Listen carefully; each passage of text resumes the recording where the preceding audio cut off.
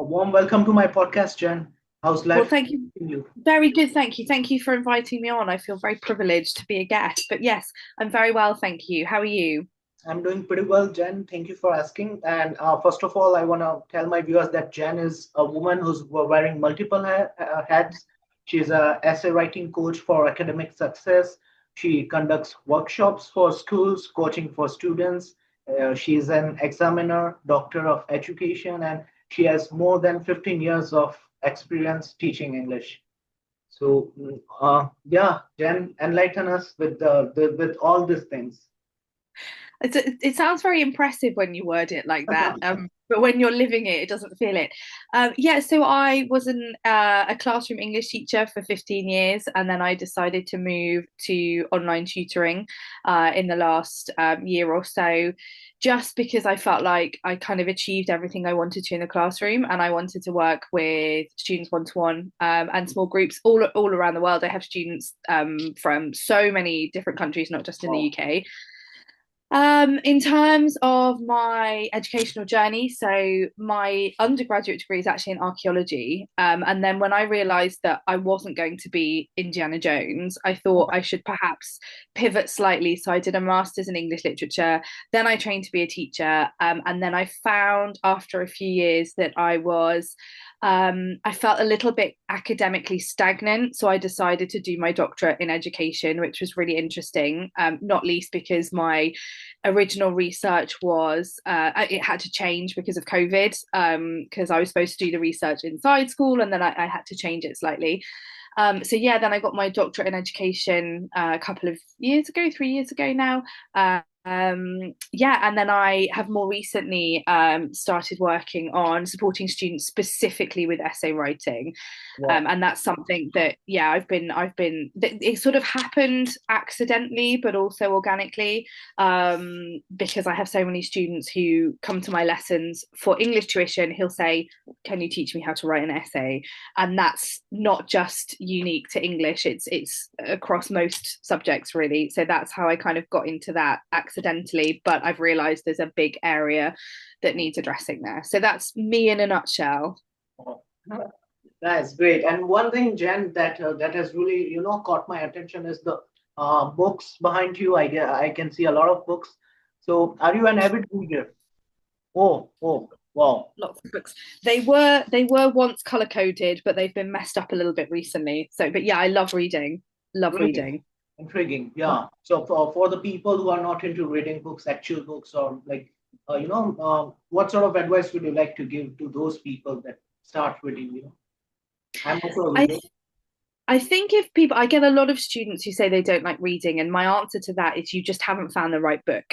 Reading, it doesn't. I think when as an English teacher, I'm asked to recommend books, people assume I'm going to say Charles Dickens and the great Russian writers Yeah. Dostoevsky and these very kind of highbrow, weighty tomes of literature.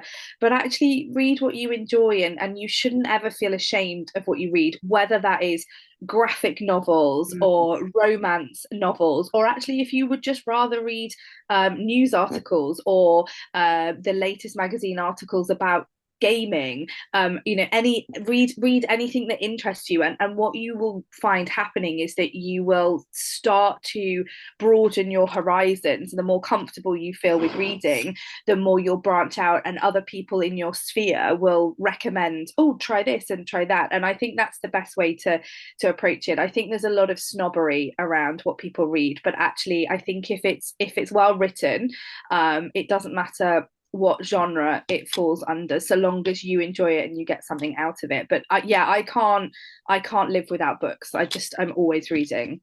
Wow. And like it's really inspiring that you said that because a lot of people they want to sound intellectual when it comes to books. So it's Yeah. great you pointed out that thing that you don't have to be like that those kind of writers that you pointed out. It can be anything in general. So yeah, it's a good thing I guess. Yeah, definitely. And although you said that it's not about genre, but I want to know which is your favorite genre if there is.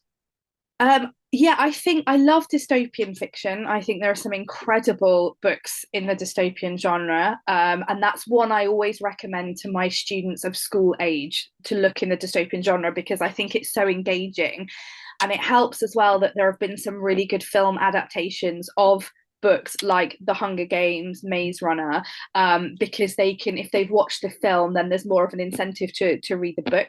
But yeah, I love dystopia and I love the gothic genre as well. I generally don't like feeling scared, but the gothic genre is usually just sort of slightly ridiculous enough for me to not be terrified. So they're my two preferred genres. But I'm generally quite open minded. I do prefer to read fiction over non-fiction.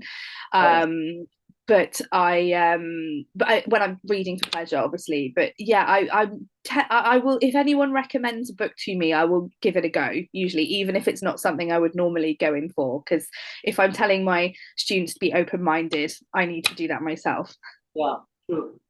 Intriguing. And that thing, like, there's also a book, I guess you must have read that book, 1984 by George Orwell. It's Yeah. of the same genre, right? Yes, yeah, dystopian, absolutely Okay, fantastic. Love yes. that book. It's one of those works of literature that everyone goes on about that is actually worthy of the accolade of one of the best books ever written. Really fantastic. Yeah. 1984, then there was a film, a book also where the books are prohibited. I guess Fahrenheit something, Fahrenheit 91. 451, yeah. Yeah. Yeah, about burning books and all about sort of censoring information and sharing knowledge. So yeah, yeah. Good. Have you read those books yourself? Yes, yes. I have that George Orwell's 1984. Then I read that book, yeah. Fahrenheit, then Animal Farm is also there. Yeah.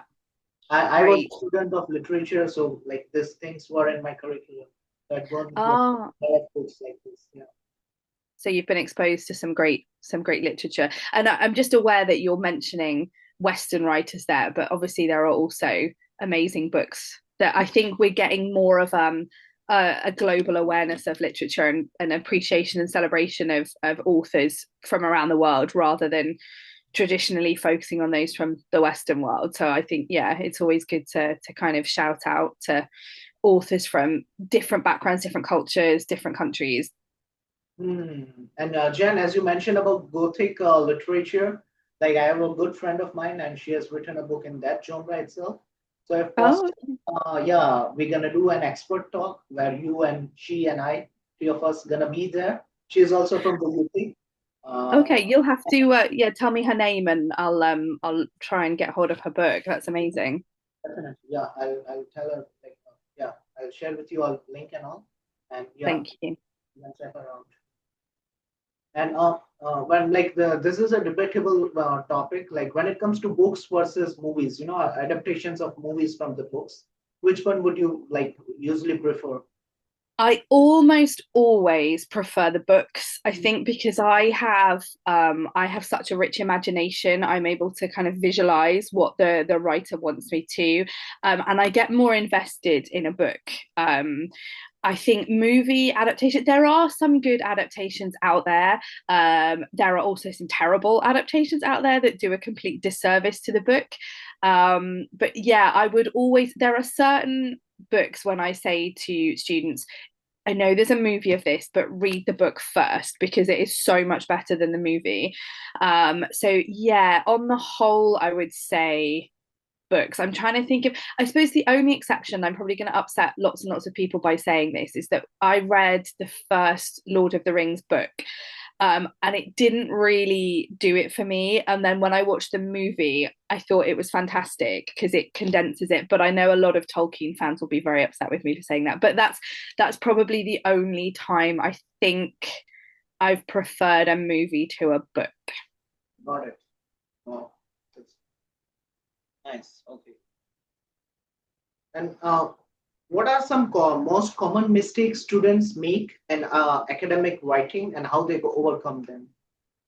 Okay, so I think, and I'm when I talk about students, I'm talking from So in the UK, we have Key Stage 3, which is when they start secondary school, all the way up to essays I've seen from university students. So when I say students, I'm talking about quite a broad range. I think one of the key areas where a lot of students go wrong is in their introduction. So there is a lot of confusion, I think, about what constitutes a good introduction. I think you either have students who set out what their entire essay is going to be about in a lot of depth in their introduction, which means that they then just repeat the same points in the rest of their essay, or they spend the introduction in terms of kind of English in particular, summarizing the text that they're writing about. So thinking about English literature. I was exam marking over the summer literature, and one example that we were looking at during moderation was an introduction that a student had written that was an entire page in length. And they didn't pick up any marks from that introduction. The introduction should be very short, to the point, and then you go into your main body paragraphs, and that's where you do that depth of exploration. I think there are a couple of reasons why introductions are often so poor. I think often students aren't explicitly taught what makes a good introduction or shown what makes a good introduction. But also, I think in an exam situation, it's that fear of the blank page and you just start writing. And I've been there myself in an exam, in that pressure where you think, oh, I just need to start writing. But if students have been like properly taught and almost kind of conditioned, your introduction is very, very short, make sure you cover this, this, and this, then go. Yeah, so that's probably one of the biggest areas for development I see with my students. And because I think as well, as an examiner or as a lecturer, as a teacher, the introduction is the first thing you read. You can't help but being slightly swayed by how that introduction is presented to you. So if it's not a very strong introduction, I think the student has to work harder through the rest of the essay to prove that they are capable of doing what the essay actually requires of them. Wow. And in the light of what you are saying, Jen, like in terms of AI, AI has taken over most of the places, most of the fields. So, when it comes to writing, students can write in papers and like during examination, but when it comes to assignments where they are compelled to write, how can you identify that this thing is from AI and these things are like students have done it organically? Yeah, I think it depends on where it's coming from. So if it's a student that I have taught for a period of time, I know their writing style, I know the mistakes they make. It can be as simple as things like suddenly all of the punctuation is 100% accurate. And I know that this is something the student has previously struggled with. With it's little things as well, like ChatGPT is well known for putting in M dashes, so those slightly longer dashes. So if I see those in a student's writing, it's a little bit of a red flag Yeah. for me. Sometimes the expression doesn't reflect the work that they've previously produced. Hmm. If I'm looking at an essay from a student that I haven't worked with, if they've sent it to me for an essay audit, I if I have real doubts, I will put it into an AI checker and then it gives you a percentage.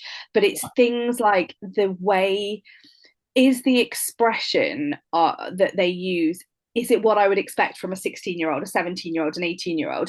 And if it isn't, then I would maybe dig a little bit deeper. And then of course you have that conversation. Oh, you wrote about this. Can you tell me in more detail? And then when they go, then you realize, yeah, you've had support with this. And you know what? I get it. I think I wrote a post this week actually about I love AI. I think it is an incredible tool. It can help you with so many different things, but we're at risk of over reliance upon it. And it's not just, I mean, the temptation to take that shortcut, again, I understand why students would do that. There are a lot of pressures on them, time, academics, and just putting your notes into AI and saying generate an essay. I mean, that saves a huge amount of time and stress. But of course, the short term gain is the long term loss. So you are losing those critical thinking skills. You're losing that application of knowledge opportunity, and ultimately, when it comes to a high pressure situation like an exam or fast forwarding to university or in the workplace, you don't have that confidence in your ability to think on your feet and to react and to construct those arguments in the moment. So yes, AI is good for short term gains but not so good for long term. Intriguing. Wow. Yeah. Yeah, that's right. Like even in terms of autocorrect, I guess gone are the days where people used to mug up or they used to remember the spellings itself, the entire spellings. Because now, if I have to type something, like I'll type three or four letters of it, and the rest of this will appear. So Yeah. Yeah, that, no, you're absolutely right. And I see that in when I was still in the classroom, I would see that in classwork, that words that historically students would have learned to spell because they're, doing this all the time or they're on their devices, they haven't learned how to spell it because it just auto corrects for them. But yeah, I think this is something that could become more of an issue with AI. We'll have to see what happens. and as you are a avid reader, voracious reader, I'm intrigued to know about the vocab that you use, your favorite words, Jen, or your idioms, go-to idioms or words that Oh, you share with me. my favorite words, that's such a good question. So as in just words that I like or words that I use and encourage my students to use in their writing. In general, that Okay. if I give you I, my example, look, what I tend to use, like these are some of my common idioms and words. First is till the cows come home. I use that quite often. okay. Then Um, never rest on your laurels. Leave no mhm, stone unturned at the 11th hour. And when it comes to words, preposterous, futile, relentless, mhm. frivolous, these are some of my like go-to words.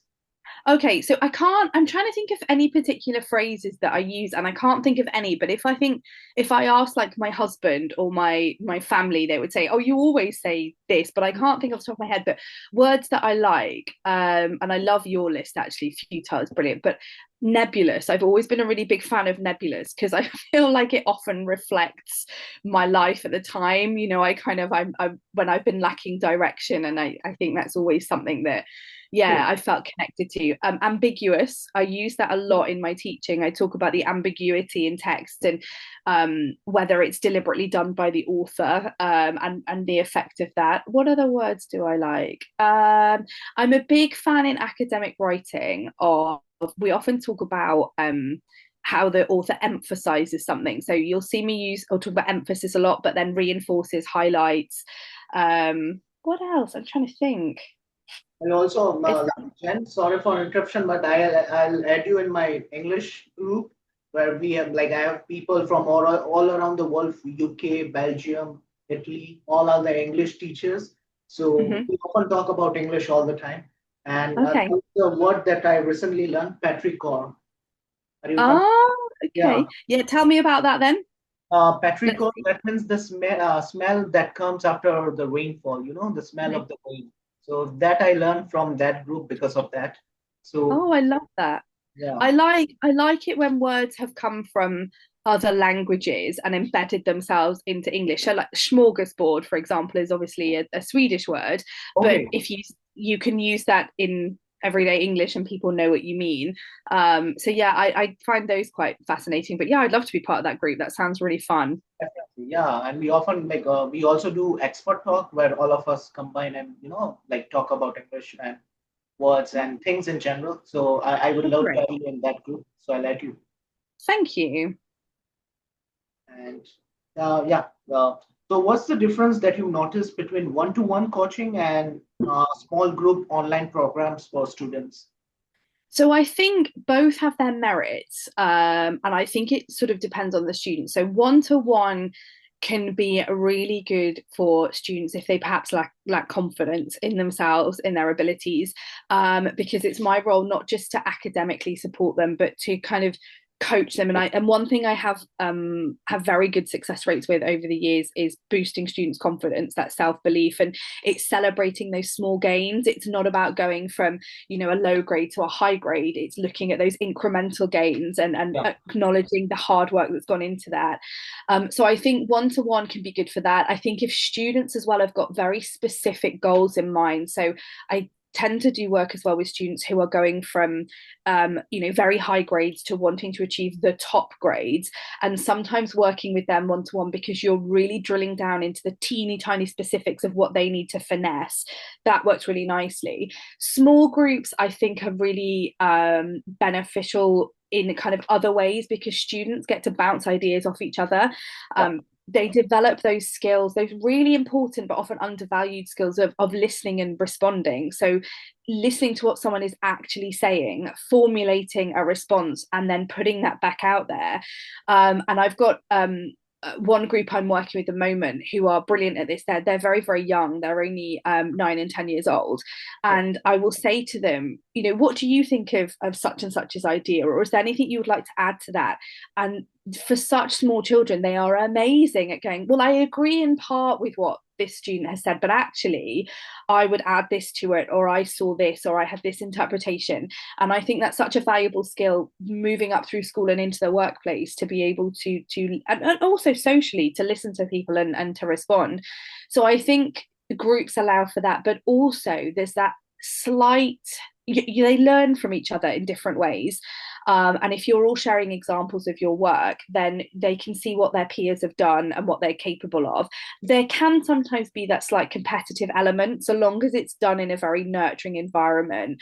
So you can see, if you can see your peers are improving, it can sometimes give those slightly more relaxed students a bit of a push to up their game as well academically. But I think there are merits in both. I think it just depends on what the student needs as to where they're best placed. And sometimes I have one-to-one students who move into a group, and sometimes I have group students who move into a one-to-one, and they either come to that decision by themselves, or I guide them to that, just depending on what it is that they're looking for, and what their kind of attitude towards their learning is. Got it. And yeah, the question I personally want to ask is like, when it comes to English, we all have this thing, like we all know that English is demand. Like, it's always gonna be in demand as a subject, as a language. It's more than just a language.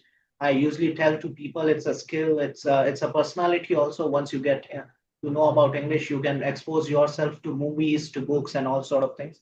But Yeah. despite my efforts, sometimes, students, they don't have the burning desire to learn this language. They just learn it Mm-hmm. to crack the interviews or to get a job, and that's it. That's their highest motivation to learn this language.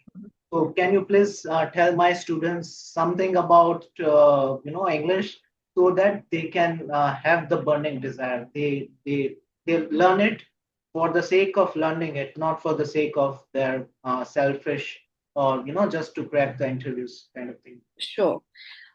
So I think it truly is a global language. And I mean, I've been lucky enough to travel to so many places around the world, and you can usually communicate with someone through English. I think in part because of, I mean, I'm not going to get into the whole colonial history of England and the complexities of that.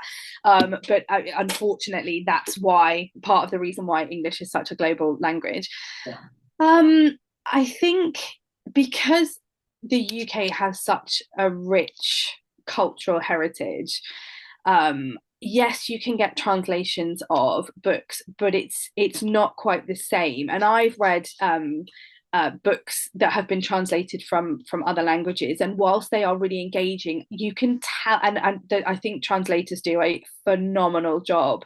I think to get the nuance of language is so difficult when translating, but I think that sometimes when you read a translation, it doesn't always come across in exactly the same way. So if you can fully kind of engage with that language, then you can read and discover things on a much deeper level. And you said about movies as well. I think it's a very small thing, but if you're watching a movie or a TV show where it's dubbed or there are subtitles, you lose something, because you can't see the people communicating, because you're focused on either reading the subtitles, or it doesn't work with the lip movements. And I think that's quite a key thing. And also I think the English culture, the British culture, is really interesting. And if you have a good grasp of the language, if you move to live in an English speaking country, be it the UK or elsewhere, if you don't have a confident grasp of the language holistically, if you've just learnt it for your role in whatever job you're doing, and you've learnt it sort of academically and then for that job, you're going to struggle culturally with certain elements because of the use of like idioms. You were giving some examples earlier, and those cultural nuances. So I think if you're talking about people who want to move to English speaking countries, and but the same is true in reverse. If you want to move to a country where the language is not what one that you speak, you want to try and fully immerse yourself into it. But yeah, in terms of English, I think, like I said, it's got a really rich cultural heritage, not just literary, but in other ways. And we've got, incredible theatre, as well as books and, films and TV. So I think it would be a shame to miss out on that element, that layer of English, if you've learned it for one specific purpose rather than for sort of total immersion. Got it. And Jen, apart from reading books, do you like to do anything like exceptional or anything else in your downtime? I know that Uh, you have son and like Yeah, responsibilities. so I have a 2-year old. So when I'm not working, I'm usually running around after him. So a lot of my energy is kind of going into being a mother on top of the other hats that I wear. But particularly before he came along and before COVID, before the pandemic, I traveled a lot. So this is when I was working in schools. So I had those fantastic holidays. And I loved to travel, and I've been very lucky that I was able to kind of put money aside to fund my trips, whether it was short weekends in Europe or much longer adventures, on the other side of the world. So travel is something that I am so passionate about. I love exploring new places, other cultures, the food, the getting to know the people, seeing what each country has to offer, whether it's in terms of wildlife, landscape, experiences. So yeah, and when my little boy's a bit older, when he can actually appreciate when he's somewhere new, I'm really excited about kind of taking him exploring. So yeah, I love to travel, but it's slightly on pause for now. He's been to I've taken him on a couple of holidays in Europe, which I think he enjoyed. I certainly enjoyed them. So that's something that will sort of, now he's a little bit older, we'll kind of come back to that. So yeah, I love reading, I love traveling. They're probably the two biggest things about me. You'll be pleased to hear that recently I've started trying to do yoga again. Oh, Um, it's something I've dipped in and out of for years, but I'm starting to feel much older and much less flexible. So, and also with being so busy, I need to carve out that time to just focus on myself and my breath. So I have been trying to do that, but I'm a little bit lax. So, yeah, you'll have to keep inspiring me and reminding me that I need to carve out that time for my own good. definitely. And I want to know, like, as you've been to a lot of places, Jen, which places have you been to? And when it comes to traveling, what are some of your pet peeves? Places I've been to. So gosh, many places. I have been to India. I haven't traveled as extensively around India as I would like to. My parents have been to India countless times. They've traveled like the length and breadth of the country, and my dad has been out there for work, so he's kind of experienced it at a sort of deeper level, and they just rave about it. So, but I've done the usual kind of tourist thing of Delhi, Agra, Yeah, got Jaipur, it. Ranthambore, which was amazing. So yeah, I love that, but I want to go back and kind of see more of the country. New Zealand is probably my favorite country. I've been there twice. I absolutely love it. I think it's just stunning. I was lucky enough to go to Madagascar 10 years ago. I love wildlife. So going and seeing the lemurs in their natural habitat was amazing. And likewise, this was about 15 years ago. I went to Malaysian Borneo to see the orangutans, and that was just, it was like being in a David Attenborough documentary in the flesh. But equally, I like exploring in the UK. So we, as a family, we tend to go up to the Lake District quite a lot, which is in the north of England. And it's, I mean, some people listening to the podcast, if they like English literature, they may have heard of the poet William Wordsworth, Yeah. and he spent a lot of time up there, and he wrote poems about sort of how glorious the mountains and the lakes are. Pet peeves when traveling. I think what really annoys me sometimes is when it becomes kind of competitive. So I have been in that situation before when people have gone, oh gosh, last year when we were in such and such a place, and Uh, people go, oh, we've been there as well. And you think, oh, you don't travel to kind of, I don't travel to tick off my mm, list of got countries it. I've been to or Wow. go for experiences. So yeah, I find that a little bit irritating. I think as well it's quite interesting. So some pet peeves I have when I'm abroad are things like when people don't queue properly. So I'm very British and we queue. And I know that culturally that's a very British thing. And I have to remind myself in some other countries that just doesn't happen. And kind of get really annoyed when there isn't a queue. And then I kind of go, no, I have to remember. Or when there are very relaxed attitudes towards time. So when you're waiting for a bus or a taxi somewhere, and yeah, we'll be with you in 5 minutes, and it's 15 minutes later, and you're going, where are they? So it's more things that annoy me when I'm traveling are things that I'm aware shouldn't annoy me, because it's just part of the culture, and that's why it's important to travel, because you learn and you grow and you accept that other cultures have different priorities to you. But I think, um, yeah, there's not. Yeah, I suppose the other kind of pet peeves are things like when your flights are delayed and stuff like that. But it's part and parcel of Definitely. the experience. But yeah, it's something that I love to do, and it's brought me so much joy over the years. Really. And yeah, I can understand the queue thing, but in terms of waiting, Jen, like at that time, what if you can read a book or do something productive so that you don't feel Yeah, alone?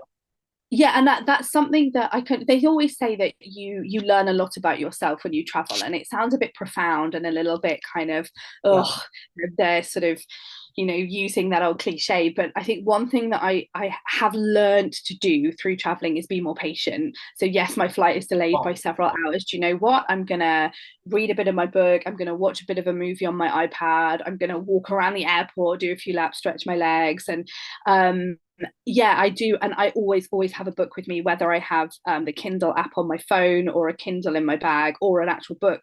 I always make sure I've got that. So if I see it now as like an unexpected opportunity, oh, brilliant, I can just sit and read some chapters. But I also listen to audiobooks as well. So if I'm, I don't know, like driving and I'm stuck in traffic, which I hate, I can listen to an audiobook and it doesn't quite feel like time wasted. Wow. And I guess you are such a, phenomenal orator. I can sense it. I can see it. So, what part of like, is it because of books? Is it because of like your, as you are habituated with reading different genres, different books? Is that the reason, the secret of it? I don't, maybe, yeah. I think I was very lucky in my education as a child and a teenager that we were encouraged to speak a lot. Public speaking was just part and parcel of our academic development. So I'm used to sort of, it doesn't phase me to speak to people. And in my family we would always have discussions about a whole range of topics, and we still do. And yeah, obviously the more you read the more you learn, and Yeah. I try and read things that are maybe outside of my comfort zone, particularly to do with nonfiction, because I don't like feeling ignorant about certain topics. So I do try and read and maybe listen to podcasts and audiobooks about things that where I feel like my knowledge is lacking. And I think, yeah, I think reading probably has given me that kind of vocabulary and that confidence to talk, but it's speaking to people from within your sphere and outside of your sphere as well. And I think as well, it's also knowing that I do have gaps in my knowledge. Of course, I don't know everything, but because I'm so confident in what I do know, I don't feel ashamed that my knowledge on this topic is lacking. And I'll just kind of say, I don't really know. And I think there's a lot of strength in saying, I don't know Yeah. anything about this. Can you tell me? Can you educate me? But yeah, I think reading opens so many doors. And I did a post today about when people say, I just don't have the time to read. And that makes me really sad. And I always want to say, how much time have you spent on social media this week? How much time have you spent endlessly scrolling on your phone? Because, that's 10, 15, 20 minutes a day. You could read a chapter of a book. So yeah, I think books are one of the most powerful tools at our disposal. yeah, and I'm such a big advocate for literature because it's just done wonderful things for me. Intriguing. And Jen, one hypothetical question for you as you are into books. Let's assume that your entire life is a book. And so what would be its name and what's the current phase of your chapter? Gosh, what would be the name Yeah, of my name of your chapter. book? Um, Probably something like "Where the hell am I going?" I think I think my journey so far has been quite erratic. I've always pushed against what has been expected of me. I've always tried to do things where I'm not conforming. I think I'm just a bit of a rebel at heart. I'm the youngest sibling, so I think as the younger sister, you don't do as you're told. I think at the moment, I've got a huge amount of experience behind me and some incredible memories and incredible gains. You know, when I take a moment to celebrate what I've achieved, I think, wow, actually that's a lot. Well done, you. Because I think we're very quick to dismiss what we've achieved, Yeah, and I have to remind myself. But I think in terms of the path ahead, it is a bit hazy. It's nebulous, to use my favorite word, because I'm embarking upon sort of the next phase, not just being a mother of a young child, but also with my tutoring and my essay coaching. So yeah, the path ahead is a bit hazy, but I'm excited for the adventure. wow. And that thing that you mentioned, I forgot. Yeah. Was it the name of your current chapter or was it the name of your Oh, I book? think that's probably the name of my book. Where the hell am I going? Is probably the name of Okay. my book. My current chapter is maybe something like map reading to continue that extended metaphor. So I'm standing looking at the map, trying to work out right now which direction I need to go to get to my next destination. But it's just a short journey, this one, compared to the life journey. Okay. From your answer, I have two things in my mind that I want to share. The first thing is life is all about figuring out life. So I Mm-hmm. guess that's what I can come up with. And about the knowledge thing, that reminds me of Socrates. He said that I know nothing. So Yeah.